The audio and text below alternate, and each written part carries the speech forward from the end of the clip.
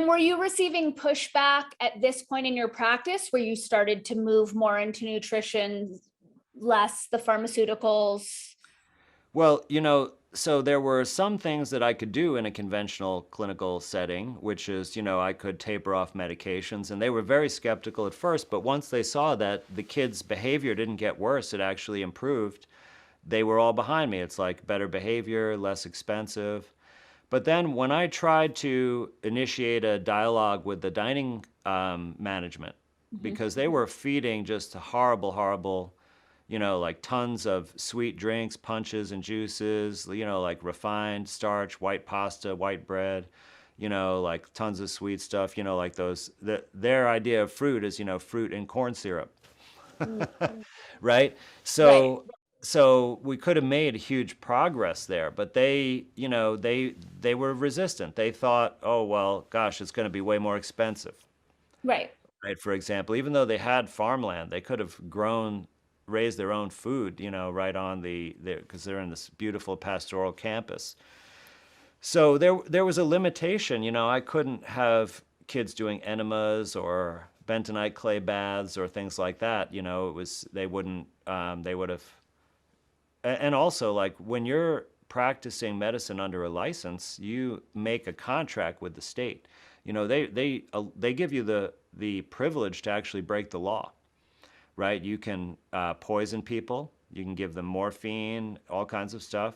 Right.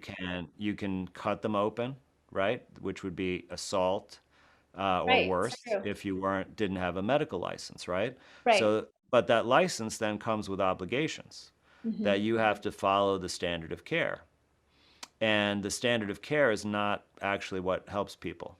So I had to walk a fine line since I was doing it under my license in a licensed facility with public financing. Right. And I realized that I couldn't sustain that all I could do in that setting was minimize harm, and it was accepted and even supported in that local environment for a period of time. Mhm. But I knew if I told the full truth, that it wouldn't be looked upon very kindly, and I'd have to go really out of the public into the private to do the right thing, as far as what I learn is the truth about biology and healing. Mhm. Are you still licensed? No, no, I, basically just let it lapse, sorry, when the renewal date came up in December of 2020.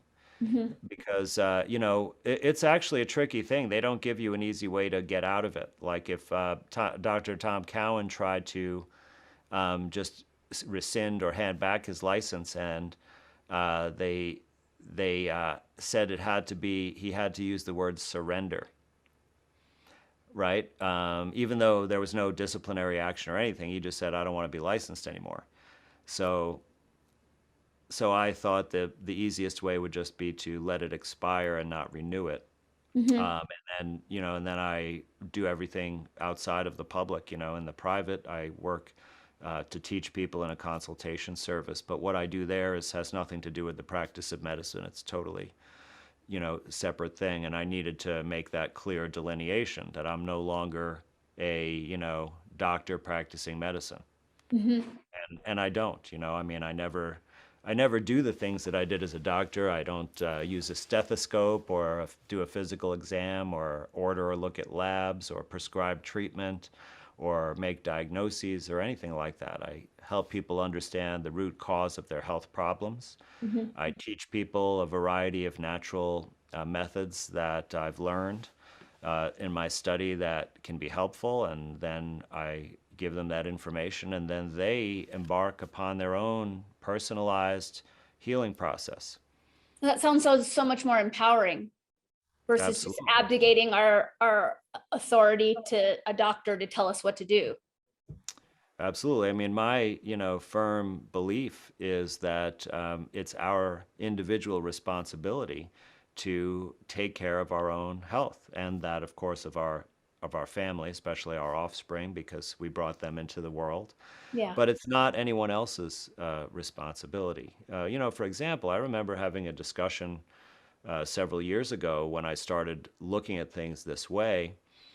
with someone who is a big proponent of socialized medicine, healthcare for all for free, like Right. like the systems they have in Europe and Canada. And so I brought up an example. I said, okay, let's say that someone decides that they're going to live a very unhealthy lifestyle because they enjoy it, it's convenient, whatever, and they're going to eat tons of junk food and get fat and get diabetes. And then they're going to, instead of reversing the diabetes by going back to a healthy diet, they're going to take medicine, which is expensive. And so I said, do you feel that it's your and my responsibility to pay for that medicine for that person's individual choices about their lifestyle? Because that's, even diabetes, even among mainstream medicine, type 2 diabetes we're talking about here, everyone acknowledges it's caused by poor diet, Right. right? Even in mainstream medicine. So that means that all the person has to do is change their diet to reverse the condition. But Right. that's not what the doctors tell them to do, No. right? They prescribe them drugs. So why should I pay for their drugs, and why should they even receive them for free? They should have to pay out of their own pocket, for those things if they think that that's a healthy way to live. Everybody should make their own choices about that. But in my experience, when people actually do something actively to reverse diabetes, that in 3 weeks I've seen numbers, many individuals completely reverse diabetes Mhm. in